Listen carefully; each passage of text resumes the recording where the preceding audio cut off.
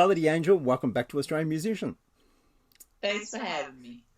So tell me about your isolation story. What part of the world you're in and how things are going.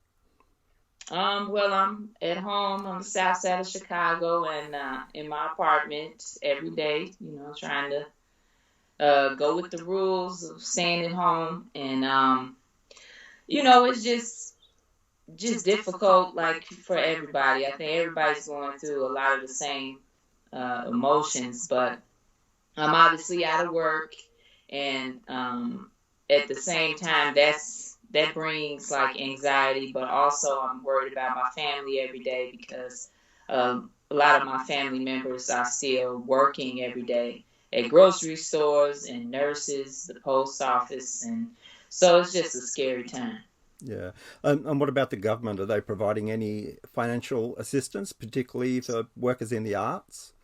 Well, I mean, they're supposed to be at some point, I guess, but as far as immediate help, there has been none that I've heard of. I filed for unemployment and everything, but as a musician, you're in the 1099 situation, so they don't really have that all set up.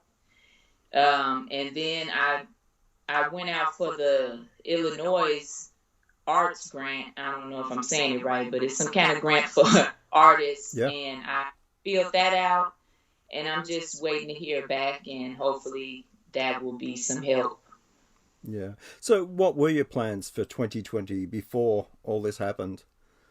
Oh man, just I was pretty devastated. I gotta say, I'm still trying to get over all the things that I had planned on doing, because I just worked a really long time to try to get gigs on a consistent basis. So it was just a really hard blow for me. I especially this summer in August, I was going to be doing a small tour in Australia. Yeah. And it's going to be my first tour, really. And I can't express how excited I was. And it was like a year in the making. Like I spent almost all of 2019 trying to put it together. And we had finally signed the day. Everything was happening. It was going to happen. And then, like a month later, it was all just canceled. And, that was difficult. But Yeah. I'm just going,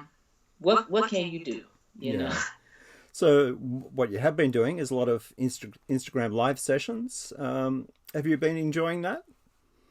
Yeah, I had kind of taken a break from it just to kind of, I think just because I was just, it helps you like to sing and stuff like that. But then, with the stuff that's going on with my family and my finances, sometimes you just need to step away from everything. So I Sure. kind of took a couple weeks to just focus on my family and make sure we're all safe as we can be and, just try to get a handle on things. But yeah, I plan on doing more Instagram lives just because it feels good just to see people say hey and to know that we're all still out here, Yeah. and performing is like the only reason why I do anything that I do. Like, Mm.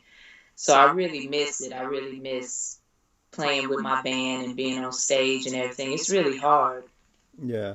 Well, let's talk about brighter days for a little bit. Yeah, yeah, Last let's do that. last time I met you was at Blues Fest. It was your first Blues Fest in Yeah. Byron Bay. What are your memories of that first time coming out here? Oh man, I was just like, I think that I was so. It's amazing because I've been to bigger festivals and stuff, but Byron Bay Festival was like everybody was backstage and you didn't have to like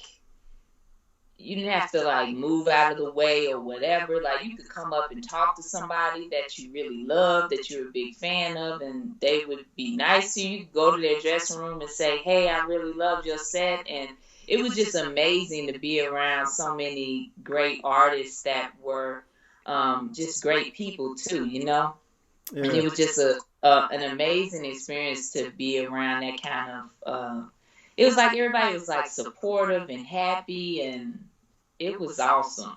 So Yeah. that's what I remember most. Who are some of the artists that you got to meet? I mean, I messed with everybody. Yeah. I tried not to be too crazy, but one of the biggest moments of that was getting to meet Santana. Yeah.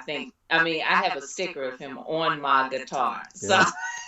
I think I told him that too. I was like, why did I say that? But he was so nice to me. And I mean, he just sat and talked with us for like 10 minutes or something before he went out on stage and just did an amazing show. I watched the whole set from the side, and it was magical, and then I would go out on stage, and a lot of times when you're a newer artist and people don't really know you, they don't really pay that much attention to your set, you know what I mean?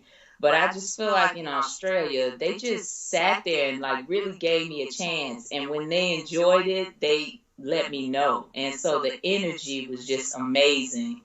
And I've still never really been able to create that kind of energy anywhere else. It's like a dream gig. Yeah. And you came back again last year. I Yes. guess that was just as much fun for you. It was. I had an awesome time. I got to I got to meet a lot more people, and I got to re-meet people that saw me from the previous year that I came, and it was just amazing. It was like a reunion. Like when I did like my signings and stuff, a lot of people that I saw the first time I came, they were in my line again, and I was like, hey, it's just crazy to be that far from home, but feel like people know you and stuff. Yeah. Another cool thing that happened to you recently was that you played at a Chicago Bulls game. Yeah, that was like one of the last games to be played at the United Center too. Like maybe a couple weeks before everything shut down. Mm. But I had it kind of just came out of nowhere. They had some kind of scheduling thing and just said, "Hey, you want to come do this?" And I was like, okay, it just happened. And because my mom, who's my manager, she had reached out to them like a while ago, and we hadn't really heard anything back. So I just kind of forgot about it, and then they just emailed and was like, "Hey, can you come out and do it?" And I was like, "Of course." It was awesome. Yeah. Are you a basketball fan? Oh yeah, I've been a Yeah. Bulls fan since I was a little girl, and when I was growing up, Jordan had, I mean, he had already won like three championships before I even knew what was going on. So then that other three championships, I was just all in, and I've been a Bulls fan ever since. Even though it's hard to be a Bulls fan sometimes, but I'm a Bulls fan for life. I gotta stick with my team. I wanted to talk a little bit about your gear and catch up on that. Obviously, you've still got the purple Strat that you got when you were Yeah. 15. Have you modified that at all, or is it just as you got it? Well, yeah, I did modify it. I probably like 5 years ago, I got, or probably longer than that, but I went to Chicago Music Exchange. It's a music store out here, and I got some uh, noiseless pickups put in just because I was getting all kinds of different feedback and everything because it's a Mexican Strat. And I was just having a lot of noise with my pedals and stuff. And I just talked to them about it. And they was like, well, why don't you try these noiseless pickups? And they put those in. And I got my frets like sanded down a little bit because they were just old. It's just, I play it so much. Yeah. So it's kind of worn out. And I probably have to get that all redone at some point. And then that's pretty much it as far as to the guitar itself. And then for the most part, I just have kind of messed around with pedals and trying to Yeah. get my sound the way I want it. Yeah. I see you're getting into the mini pedals a bit. Oh yeah, I love them. They because it's easier to travel, it's easier to get around. Like I have to bring all my stuff. I have to carry everything. So the bigger my rig is, the worse it is for me. Especially like getting up on the stage, leaving the stage, it's all on me. So I'm trying to make everything as small as possible. Yeah. What about amps? What you like to play through? So yeah, I originally like have always played smaller amps just because one of the reasons is just because financially that's what I could afford. So I went a step up and tried to save some money, and I got a Blues Junior, and all I do at bigger gigs is just mic it up, and the sound people always love me. They're Yeah. always like, yes. Yes, good job with the amp. But obviously, if I was like on a big tour and stuff like that, I just always, like when I go to Byron Bay, I always have a Marshall stack just because I think that's the best combination Yeah. with a Fender Strat. But I just can't, I could not move a Marshall stack around to Yeah. gigs. Just not gonna happen. So, but yeah, that's what I use. Yeah. Last year, you released your second album, Angels Yeah, and Melodies. What did right. you learn from doing the first album that you took into the second album? Um, I think I just learned that it's way more fun to just do what you feel on each song instead of trying to think about, you know, is this going to be a good enough song for this, or will they like this, or when you're once again when you're like you're not a new artist, but you're just kind of unknown. It's always like, will this song help me get a show, or will they be impressed by this, or you're always trying to get somebody to believe in you. And so it kind of gets in there with the music, like you're always thinking about, how can I get people to believe I'm good enough for that? So with this album, I wasn't thinking about anybody. I just wanted to make music that I liked. And that's what I did on the first album too. Like when anytime I've ever tried to like, let me think what they would like. What would they like? Maybe they wouldn't like this song, or do you like this song? Or asking a bunch of people, and it never felt right. It never Yeah. felt like me. So I always would end up scrapping all those songs and just starting over and picking the songs that I enjoyed playing. And that's what I've been focusing on, is just pick the songs that I like the most. Yeah. Is there a song on the album that is closer to your heart than others? Um, Man, that's, well, yeah, probably Angels and Melodies, actually, just because it was one of the first songs I wrote for the record, and it was before I even thought that I was going to make a second one. At the time, I wasn't even trying to put together another album. But that was the first song I wrote, and it had a lot to do with like how I was feeling, and it's just kind of a song that's like, I'm thinking about my life and the choices I've made and the people I've lost, and to the to like, I lost my cousin.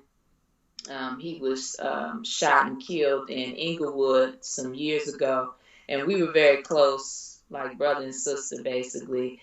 And so everything that I do, he's always like on my mind, especially if something good happens.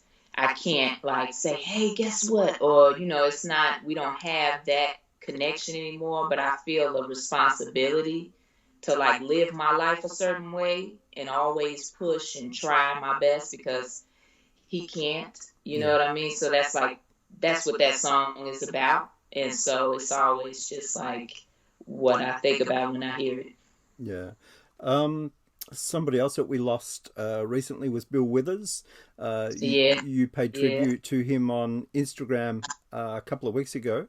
yeah. When did his music come into your life? Oh, well, my whole life, my mom played them my entire childhood. So, I mean, I grew up with, Lovely Day and Ain't No Sunshine and Lean on Me. Like that was just played, on Saturday mornings when we were cleaning the house and stuff. So um, he was such a pure songwriter. When I started learning guitar, like one of the first songs I learned was Lean on Me because it's like two chords or something like it's like two or three chords. It's a simple melody, but and so it allowed me to like really get started, like even doing covers. Like some of the first songs that I ever learned was Lean on Me and Ain't No Sunshine because it's like three chords and I figured them out and I played them every day. So um, yeah, but I mean, he had a great life and just a blessing to a lot of people. Yeah. What are you missing most about normal life at the moment? Um, what am I miss? I mean, I'm missing just being around my family whenever I want. I'm not the person that like hangs out with a bunch of friends. I'm with my family all the time. So it's just kind of weird. And I had like some of my family from Texas was gonna come up here to Chicago and we were gonna have some fun and do stuff. So that's pretty rough. And then the other thing is just being able to play like out. Like I can't believe that I feel so strange when it's what you do for when what you do for a living is literally like you cannot do that. It's like it's a very weird thing. Yeah. Yeah. Um, I guess if people want to buy your music or find out more about you, melodyangelmusic.com is the best place to go. Oh yeah, I have all my stuff and of course my music's online, so Spotify and iTunes and all that. You can also get the physical CD from my website. And then, yeah, and of course, in this solitude, I've been working on a lot of music, so I don't know what I don't know what I'm gonna do with all these songs that I'm writing right now, just because I'm in the house every day. So probably gonna put some stuff out, just just random songs. So look out for that. Yeah. Oh, Melody Angel, it's been great to catch up with you, and I'm sure we'll see you back here in Australia one day. Yes, you will. Thank you so much.